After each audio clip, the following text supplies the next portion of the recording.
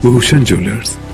हिमाचल प्रदेश में वन मित्र भर्ती की प्रक्रिया आरंभ हो गई है। इसके आवेदन की अंतिम तारीख 31 दिसंबर है। वन मित्र के लिए साक्षात्कार के आधार पर चयन होगा। आश्चर्य तो इस बात का हो रहा है कि इसके लिए अनुसूचित जाति व अनुसूचित जनजाति के लिए कोई भी आरक्षण का प्रावधान नहीं किया गया है। प्रदेश भाजपा अनुसूचित जाति मोर्चा के महामंत्री कृष्णलाल चंदेल ने उपरोक्त बात कही है। चंदेल ने कहा कि वर्तमान सरकार अनुसूचित जाति व अनुसूचित जनजाति के लोगों को ठगने का काम कर रही है, इसलिए इन वन मित्र भर्ती में 2 अंक रखे गए हैं, जबकि 40 दिन से ऊपर सभी भर्तियों में आरक्षण लागू किया गया है। इस बारे में केंद्र सरकार द्वारा पहले ही माननीय सुप्रीम कोर्ट में एफिडेविट दे रखा है। फिर भी हिमाचल प्रदेश की सरकार इस भर्ती में पूरी तरह आरक्षण लागू नहीं कर रही है। चंदेल ने हिमाचल प्रदेश के मुख्यमंत्री सुखविंदर सिंह सुक्खू से आग्रह किया है कि अनुसूचित जाति, अनुसूचित जनजाति व अन्य पिछड़ा वर्ग का जो अधिकार है उसे पूर्ण करें और अन्य जितनी भी भर्ती हिमाचल प्रदेश में होगी उसमें आरक्षण को लागू करें।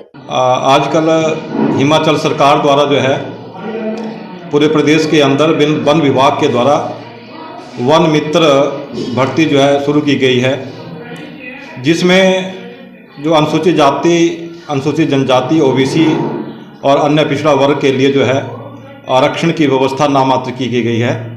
इसलिए मैं हिमाचल प्रदेश के माननीय मुख्यमंत्री आदरणीय सुखविंदर सिंह सुक्खू जी से ये जानना चाहता हूं कि जब केंद्र सरकार में आदरणीय मोदी जी के द्वारा सुप्रीम कोर्ट में ये एफिडेविट दिया गया था कि जो 40 दिन से ऊपर की जो भर्तियां होगी उन भर्तियों में आरक्षण लागू होगा और उनसे नीचे जो है आरक्षण की व्यवस्था नहीं होगी, लेकिन आपने जो है इन भर्तियों में 2% अंक देकर जो है खाना पूर्ति की है।